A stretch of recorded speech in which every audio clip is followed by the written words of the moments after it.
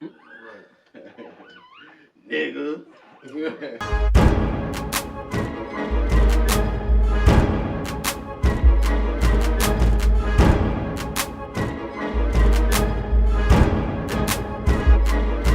Welcome to another episode of the Presidential Executive, y'all. What's going on? It's your boy JB, the executive here. My boy Rag over here, El Presidente. What it do, my guy? Man, you got it, man. I see you got the good gorilla brain on again. Got the gorilla brain. You know what I'm saying? With the executive mindset here. Gotta have it. You know, we was expecting one of our guests here today. He's gonna break the internet. You know what I'm saying? Mr. Like button, you know. Hit the like but be on here. It's gonna be soon, y'all. It's gonna be soon. You know what I'm saying? So we gonna make sure. Rest in peace to his father-in-law, because I know their family is going through it. So for sure. You know, just prayers to the family. And I can't remember his wife's maiden name, but just prayers to the Sanders and yeah. For sure. His wife's family. Go ahead right now, like this video right now, y'all. Go ahead, push that like button. Go ahead, subscribe to the Prez X. That's on all social media platforms. Share it. Yes, share, like, subscribe, do all that stuff, y'all, so we can get out there and shoot out there on that algorithm. YouTube's algorithm. When you do that, you help out the algorithm, and we need all that algorithm love. Yeah, and we appreciate everybody that has been following and actually watching and viewing. I'm seeing the views, you know, continue to go up, and everybody watching older episodes, and you know, continue to do that, y'all. And you can catch us on all podcast platforms. Of course, that's Apple Podcasts, Google Podcasts, Spotify, iHeartRadio, Amazon Music, and Stitcher. And of course, if you want to support the Prez X, any type of financial or dollar amount, we're also on Venmo at the Prez X. That's at ThePrezex. What it do, my guy? Man, not too much, man. Slow motion. Slow motion, man. Let's just go and get right into this. If you haven't seen the Executive Mindset, I did a small tidbit on the Brian Flores, coach Brian Flores situation with the NFL, and you know, he's suing the NFL for racist hiring practices, and you know, but you know, I thought that was interesting because I think that's a smorgasbord of conversation that you can, you know, even kind of get into. For me personally, and I was talking to my guy McDade, you know what I'm saying? You know, he out there in Florida, out there in the golf world, and you know, we both, you know, we all kind of in corporate America, you know what I mean? And so I would say in corporate America for almost about 15 years. And just when you look at it, when you're talking about, you know, being a part of, you know, some hiring processes and doing stuff like that. And so me personally, like me, the reason how I got the job that I have, people, oh, JB got a good job, like, is because of somebody that I knew. You know what I'm saying? Like, I didn't have the resume or, you know, quote unquote credentials. You know what I'm saying? I was a young cat, 24, 25 years old, not too far removed from college. You know what I'm saying? Working at FedEx, you know, slanging them boxes, doing what I do, bartending, you know, teaching tennis lessons on the side, doing all that stuff. And so, you know, I necessarily wasn't qualified to be going in that type of environment doing what I do. And so me personally, I got, and the dude that helped me out was black. You know what I mean? Yeah. Mark Creighton from our church. Right. Yeah. You know what I'm saying? Right. Yeah. And so, and he didn't necessarily knew me. He knew my folks, my pops. You know what I'm saying? He knew I was back in town, blase. So it was just a level of familiarity that he had, even though it wasn't with you directly. Right. But you were not an unfamiliar person. Wasn't unfamiliar at all. And I mean, honestly, I don't know how many I've actually told this part, but we was at Sunday at church one time. And like I said, I wasn't Mark Creighton's BFF, but he knew my parents. And like, he literally sat beside me. He didn't know anything about my situation or anything like that. And he came, like, he said, the Lord told me that, you know, whatever you're desiring, what you're looking for, you're going to get it, and walked away. I didn't know who he was at that time. You know what I'm saying? And I was like, you know, okay, you know, da-da-da. And so fast forward, you know, maybe 3 weeks later, you know, he got my information from, you know, my dad or whatever. And then he hit me up, was like, you know, do a walk around. And, you know, eventually I got the job, and, you know, the rest is history. I've been, you know, on the Navy base for almost 14, 15 years. Right. And so, you know, given with the net, to bring it back to this whole, Brian Flores thing, which he's saying with the racist tactics, which I agree. I think the stuff that he's putting out there is definitely true. Like we've experienced, we've seen a lot, people getting, black coaches not having a longer rope than, other white coaches, you know what I'm saying? Right. But at the end of the day, to me, it's like, yeah, but at the end you can't legislate desire. You know what I'm saying? Like for people, just like me and you got a company, okay? We're gonna have a whole podcast network or whatever, right? We're gonna, we got Crown Vic. Mm-hmm. You know what I'm saying? Familiarity. We're familiar with him, right. his family, his report. Crown Vic Entertainment. And then now. And so in our network, could that possibly consist of like, the church letting us do the podcast?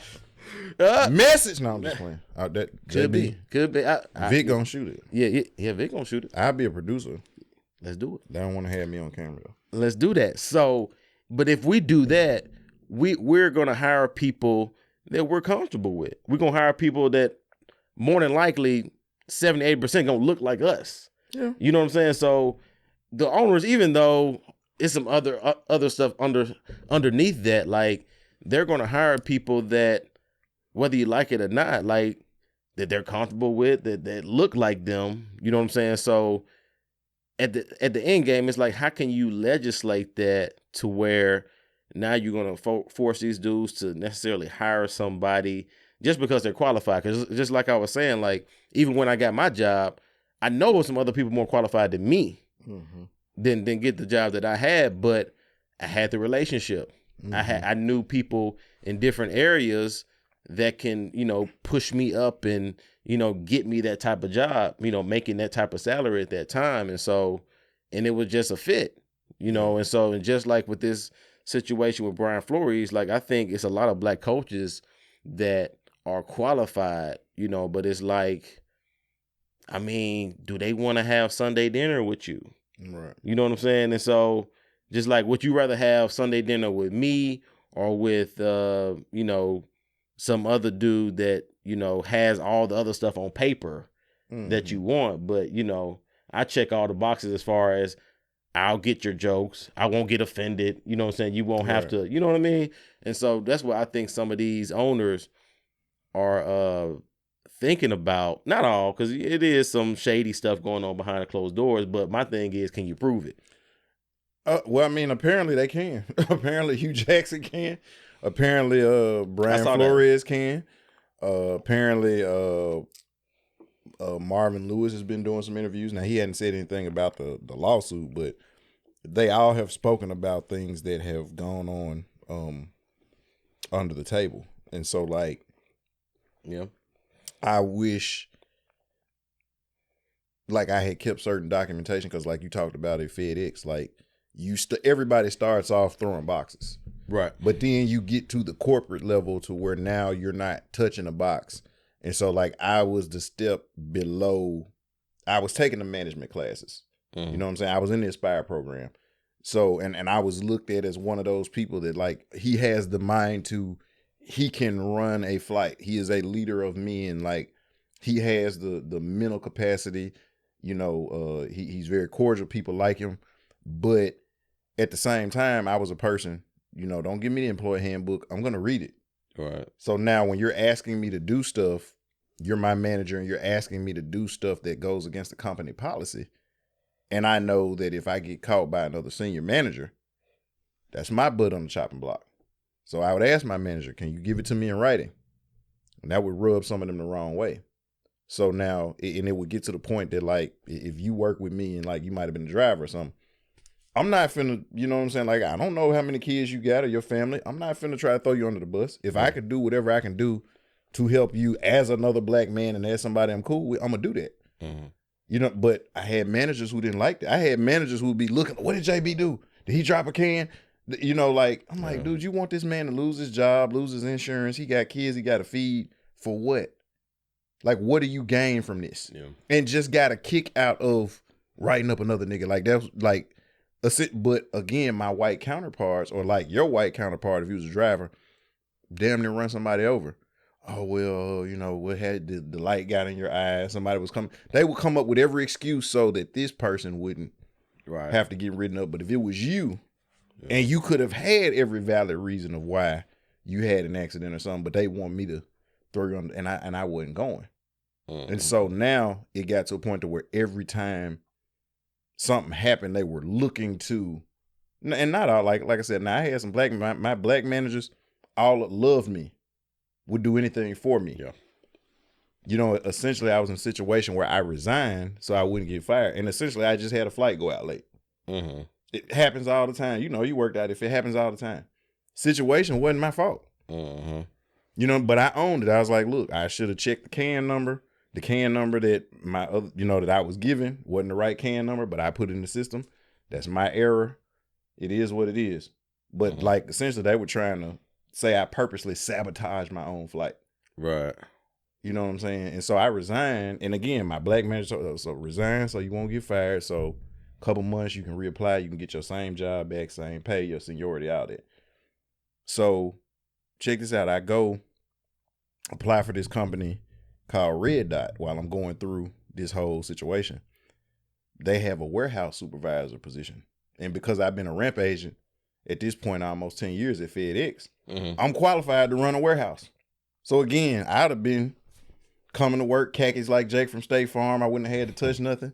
Right. I apply for the job. They tell me like, you're qualified, but you're really overqualified, but we can start you off $65,000 a year. Dude, I'm 27. Right. $65,000 a year. Right. Starting off. Yeah. And it's like my top out, if I stay with it, my top out was like $100K. So I'm like, man, you know what? Let me go and turn this 2-week notice in the Fed. Man, I got me another gig. I'm straight. As soon as I get over there, they say, Roche, we hate to tell you, we pulled the position you applied for, but we still want you, but we got to start you off at the bottom. So I went from making $20 an hour at Fed to now I'm making $9.13. Right. Check this out, though. I'm at Red Dot. After they hired me at the bottom, 2 months later, they reposted the warehouse supervisor, hired an older white guy who was retired, by the way. So he had retired from another company. Right. You got to pay him more than 65. So he started off at like almost 80 because he had done that for 30 years. So you pay him more and bring me in all. And again, they did me with the whole, like how Flores is like, the Rooney Rule and everything like that. When they reposted it, oh, Roche, you had got this job. Come on, apply for it. Yeah. And they just had me go through the motions of saying that they interviewed me for the position when they knew they were going to hire this white guy. And essentially the person who was over the company had wanted to hire this white guy. And the lady who was over personnel, she had me come in there and she had tears in her eyes. And she was like, Roche, I'm sorry. Because, I know you even applied for this job. A friend of mine had told you, about this job and it's nothing I can do.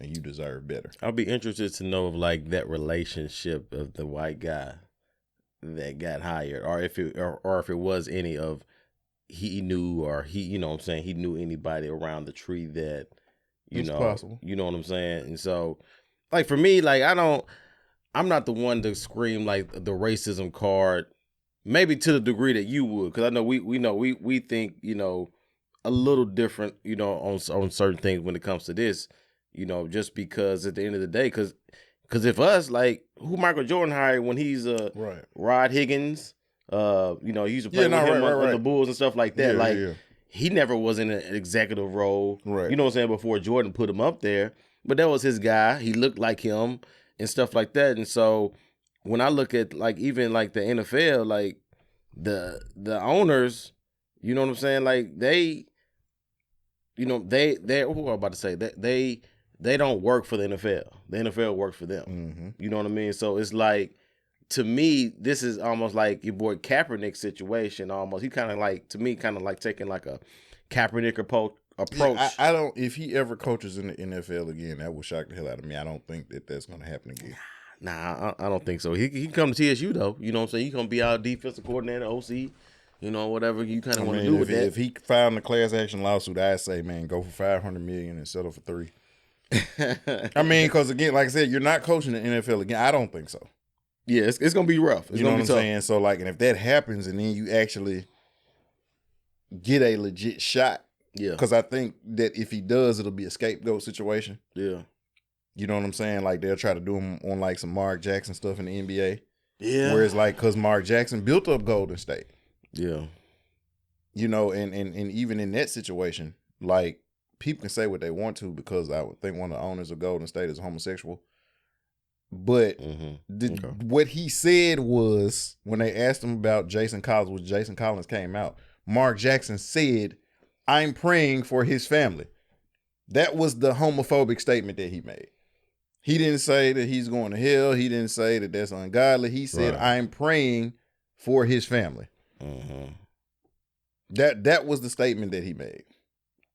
And so they twisted that into say, "Oh, he's homophobic and everything." But if that was a white male, because we have guys like George Karl, who players have said that he was a racist coach and that he has said some racist things. Look at how many jobs George Karl had. And he had a history of people saying that he was a racist. And look at how many jobs he got in the NBA. I mean, we go through Denver, Seattle, Milwaukee. Like dude was all over the NBA. And to your point, was something we were saying kind of earlier, like we could talk about like racism in the workplace now. Like for me, the same job I say that I got because I knew somebody, not 2 weeks in, I had somebody trying to get me fired, because of basically how I looked. You know what I mean? When I did my walkthrough in, Mark hit me up. It's like, man, can you come up here now? I was like, yeah, man, let me go to the house, shower up, clean up, put something on. Like, no, man, let's come over here now. And at that time, I got my Mariners baseball jersey on, backwards cap, earring in. I'm not. Hey, come on, come on, right? So this is drug dealer JB when you was still slanging. Yeah, this is duffel bag boy. This cocaine white JB. You know what I'm saying? So, but anyway, I'm going through BMF JB. I'm going through the spot, right? Just going through, and I'm seeing a lot of older, white people just looking at me, just like, oh, this must be Mark's nephew or something. I'm getting that look, right? Not that I'm a prospective person about to get a job. Like, this is Mark. Oh, hey, Jamal, how you doing? Hey, fine, And next week I got the job, the same look. This one lady, I ain't say her name, but every meeting I'm going to, like, I get out the meeting, she don't know who I know, so they come to me, so-and-so saying you went to sleep in the meeting. I'm like, what? Then she going behind me in my cubicle, looking, he on the internet. He doing, going to the people. But she don't know who I know. And so these people coming back and telling me. And so long story short, she ended up getting let go. They put her out somewhere. You know what I'm saying? And so, but what's it say? Be careful for the noose that you make for somebody else, because it might be the same rope you end up hanging from yourself. Right. And so when you didn't it happen? That's biblical, ain't it? That happened with Haman in the Bible. With Esther, Esther was, he was trying to kill all the, the Jews and stuff like that, and he had made all the nooses and stuff like that, and then they ended up hanging him. Yeah, okay. I didn't think about that. Okay.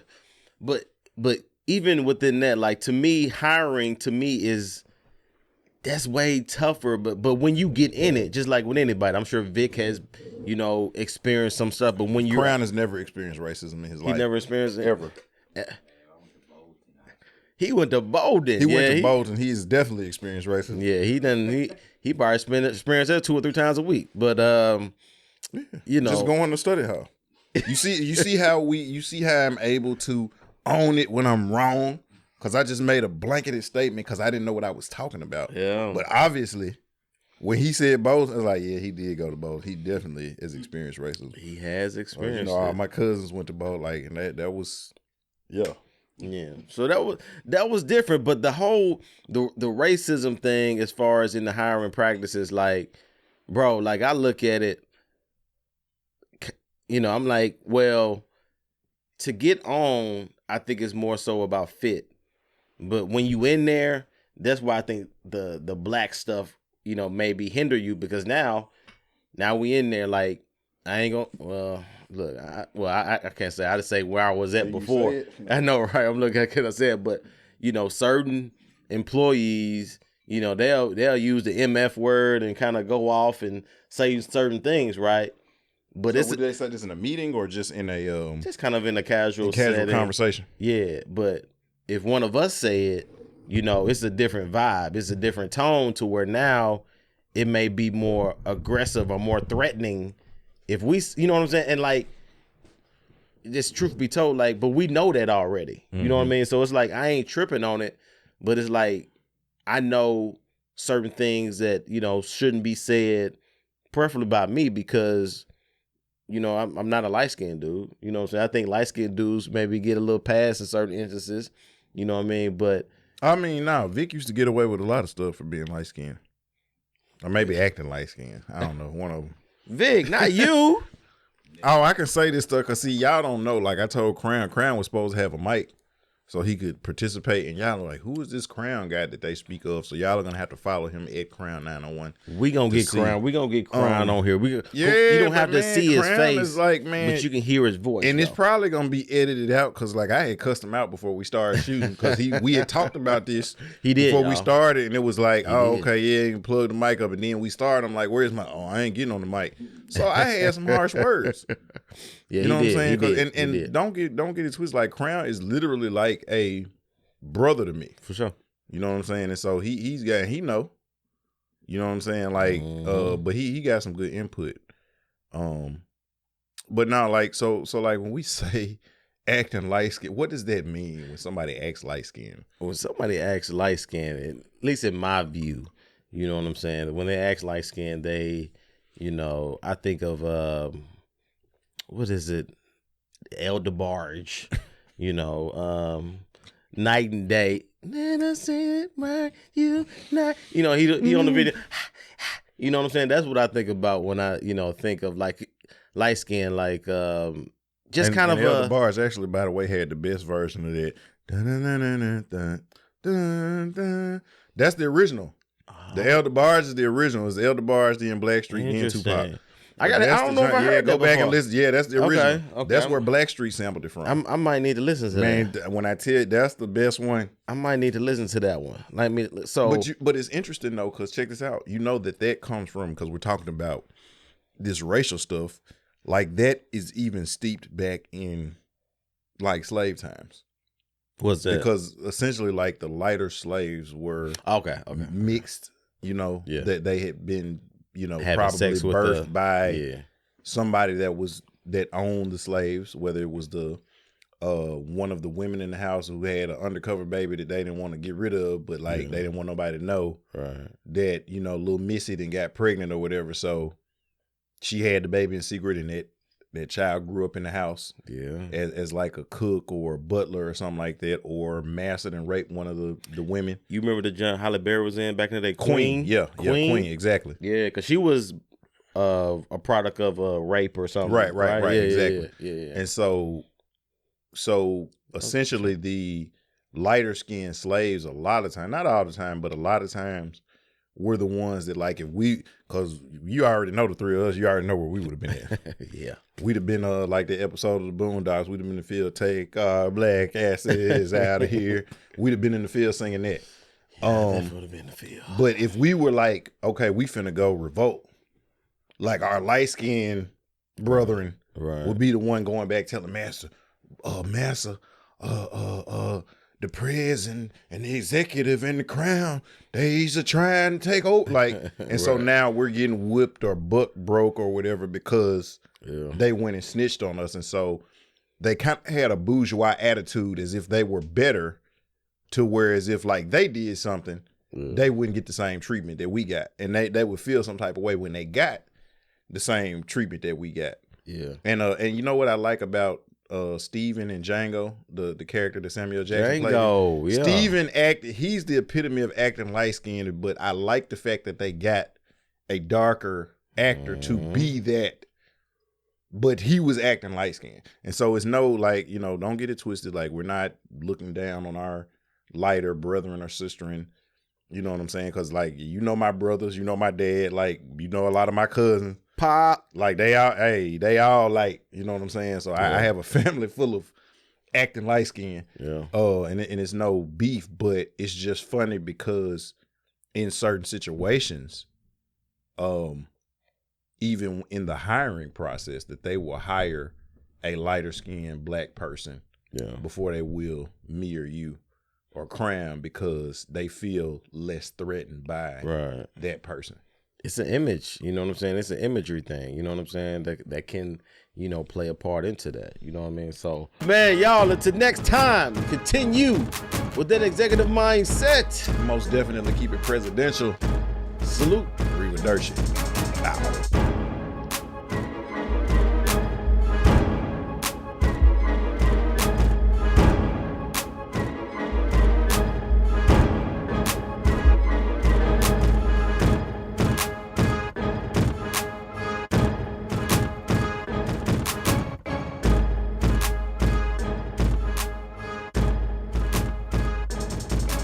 Salute the real niggas, go get us.